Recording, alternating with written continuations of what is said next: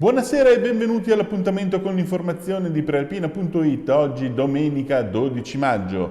Sono state 20 le coltellate inflitte dal genero Marco Manfrinati a Fabio Limido, il 71enne ucciso lunedì a Varese. Questo l'esito dell'autopsia di ieri. Domani potrebbe invece arrivare il nulla osta per la celebrazione del funerale. Il servizio è di Massimiliano Martini con le immagini di Agenzia Blitz. Fabio Limido è stato colpito con una ventina di coltellate, una delle quali è risultata fatale. L'autopsia sul cadavere dell'uomo ucciso lunedì scorso a Varese dall'ex genero Marco Manfrinati, che prima aveva aggredito sfregiandola la propria moglie Lavinia Limido, tuttora ricoverata all'ospedale di Circolo, si è conclusa nel tardo pomeriggio di sabato. 9 ore di esame da parte del medico legale nominato dalla procura, affiancato dai consulenti della difesa e della famiglia della vittima, che hanno evidenziato circa 20 ferite d'arma da taglio sul corpo del 71enne geologo. Uno, il fendente letale tra collo e parte alta del torace che ha causato una gravissima emorragia. Nell'interrogatorio con il GIP, Manfrinati aveva detto di aver accoltellato Limido 3-4 volte dopo che l'ex suocero, accorso in via Menotti dopo aver sentito le urla strazianti della figlia, lo aveva aggredito con una mazza da golf. Alcuni testimoni hanno anche riferito che l'arrestato avrebbe tentato di investire i presenti, tra cui lo stesso Limido, circostanza che sarebbe però stata esclusa dagli esami dell'Istituto di Medicina Legale. Sabato mattina centinaia di varesini hanno partecipato al corteo in centro contro la violenza sulle donne. Forza Lavinia era lo slogan scritto sugli striscioni e urlato dai partecipanti, compresa Marta Crescuolo, la vedova di Limido. Si attende adesso che venga fissata la data dei funerali della vittima. A Cantello oggi è stato scoperto il corpo senza vita di un uomo di 49 anni in un capannone abbandonato. Ci racconta tutto Massimiliano Martini. Le immagini sono di Angelo Puricelli di Agenzia Blitz.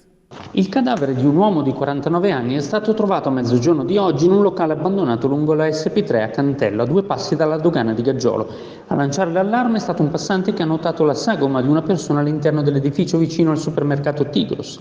Sul posto sono accorsi i militari della Guardia di Finanza di Gaggiolo insieme con i carabinieri della stazione di Vigiù, ambulanza e automedica del 118, il cui personale ha però soltanto potuto constatare il decesso del 49enne che è stato trovato impiccato.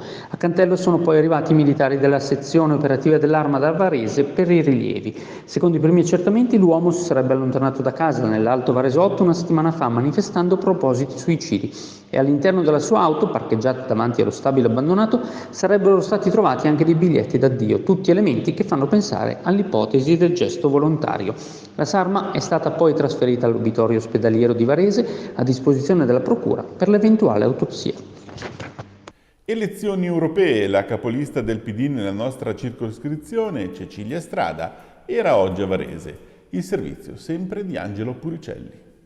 L'Europa potrà fare tutta la differenza, io credo, ma dipende dall'Europa che andremo a costruire. L'Europa siamo noi e questo penso è qualcosa che i cittadini e le cittadine italiane devono ricordarsi. Votiamo troppo poco per le elezioni europee, ragazzi, votiamo troppo poco alle elezioni europee. Molti considerano l'Europa o come la mamma cattiva o come una cosa inutile, ma dipende dalle persone che ci mandiamo. L'Europa è inutile se ci mandiamo persone inutili, l'Europa è cattiva se ci mandiamo persone cattive. Mandiamoci le persone giuste perché l'Europa siamo noi e l'Europa è solo l'Europa, è la casa che potrà aiutarci a affrontare e superare le sfide enormi che abbiamo davanti per i prossimi anni. E davvero, ma l'Europa è così lontana? No, la vita delle famiglie italiane dipenderà da quanto riusciamo a costruire un'Europa giusta. E durante la pulizia del fondale del lago Abiandronno è stata trovata una bottiglia con un messaggio. Che cosa diceva? Questo servizio della redazione ci svela il segreto. Una bottiglia contenente un foglio arrotolato a pergamena è stata trovata dal sindaco di Biandronno, Massimo Porotti, e dalla protezione civile nel lago a poca distanza dalla riva. Questo è avvenuto durante la giornata ecologica che ha ripulito le acque dai rifiuti. Con sorpresa e commozione, il messaggio in bottiglia è di un bambino di 6 anni che sogna da grande di fare il pirata. L'ha scritto un adulto, forse un genitore, ma ha firmato il piccolo. Il sindaco di Biandronno ha trovato l'indirizzo di questo bambino, vive a Varese. Nei prossimi giorni cercherò di contattarlo coinvolgendo il sindaco di Varese, Galimberti. Dice Porotti, in un'epoca di dipendenza dai social e dallo smartphone, la storia romantica di un messaggio in bottiglia riconcilia con la vita. Ad Arona torna in piena il lagone, patrimonio UNESCO e attrazione turistica che così si ripopola di specie acquatiche. Maurizio e Roberto. I lagoni di Mercurago, patrimonio storico dell'UNESCO come l'isolotto Virginia del lago di Varese, sono ritornati al loro bacino naturale. Le copiose piogge di quest'anno hanno dato ninfa vitale al grosso specchio d'acqua principale, il lagone, dove nei primi anni del Novecento furono ritrovati resti palifetticoli della civiltà di Golasecca. Lo scorso anno, a causa della siccità, il lagone era ridotto ai minimi termini ed erano spariti anche i laghetti secondari. Quest'anno invece tutto è tornato alla normalità e sono riviste specie acquatiche che erano sparite, come numerosi palmipidi e anche le rane. A Malpensa Fiere oggi è arrivato Rocco Siffredi, ospite di Comics and Games, e si è scagliato contro Lilli Gruber.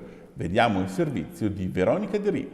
15 anni fa io ho detto attenzione perché stiamo crescendo una generazione di pornostar. Sai cosa mi hanno risposto? Eh sì, adesso dobbiamo prendere lezioni da Siffredi. No. Io vi dico, avremo un problema. Il problema è arrivato e adesso io farei una domanda alla signora Gruber, che si è occupata di politica tutta la vita. Come mai la signora Gruber non ha mai chiesto ai politici, a chi comanda, di bloccare i siti gratuiti su internet in Italia, nel mondo? Non l'ha mai fatta questa domanda, questo è stato l'innesto della generazione confusa che abbiamo oggi. Questa mattina a Legnano, partecipazione record alla Stralegnanese, il servizio della redazione. Tutti di corsa per la Stralegnanese che quest'anno fa davvero il pieno di partecipanti, arrivando quasi alla cifra dei 1500. In particolare quest'anno c'è la celebrazione del centenario della città, proprio per questo la maglia commemorativa che indossano molti partecipanti è nera con colori oro. Tanta gente e una sfida che ha fatto compiere 2 giri all'interno del cuore della città, passando per i suoi luoghi più importanti, quindi davanti al municipio, il castello di Legnano e anche l'Alberto da Giussano, la statua dell'Alberto da Giussano. Alla fine tutti stanchi ma tutti soddisfatti per una gara, quella organizzata dall'US Legnanese, davvero molto bella e molto partecipata. Ed è il momento delle anticipazioni di domani, quando in edicola e in edizione digitale troverete una prealpina particolarmente ricca. Sono affidate ad Antonio Triveri. Buonasera, conto alla rovescia per le elezioni dell'8 e 9 giugno, con gli appuntamenti elettorali che si infittiscono. Li raccontiamo sul giornale di domani, con particolare attenzione per la visita a Varese di Cecilia Strada, capolista nel nord-ovest alle europee per il Partito Democratico. Tanta attenzione anche alla cronaca, con gli aggiornamenti sull'omicidio di Casbeno e con il giallo del cadavere trovato a Cantello. Tutta da leggere poi l'intervista di Veronica De Rio a Rocco Siffredi, che ha incontrato il pubblico a Busto Arsizio. Infine, come tutti i lunedì, tante pagine dedicate agli avvenimenti sportivi, con le partite di calcio del Varese, lo spareggio Legnano-Castellanzese, la partita della Varesina, e inoltre spazio a basket, motori, volley, rugby, ciclismo, canottaggio e tanto altri ancora. In chiusura il calcio, giornata di play-off e di play-out nel campionato di Serie D. Varese sconfitto, Legnano umiliato e retrocesso nelle partite di oggi delle nostre squadre. Ride quindi solo la Castellanzese che si salva. I risultati nei play-off di Serie D Girone A: Città di Varese, Vado Ligure 0-1. Nei play-out del Girone B, Legnano Castellanzese 0-5. Di Piacenza Varesina invece troverete stasera il risultato sul nostro sito. Bene, con questo è tutto, l'appuntamento con l'informazione di prealpina.it torna come sempre domani alle 19. Buona serata!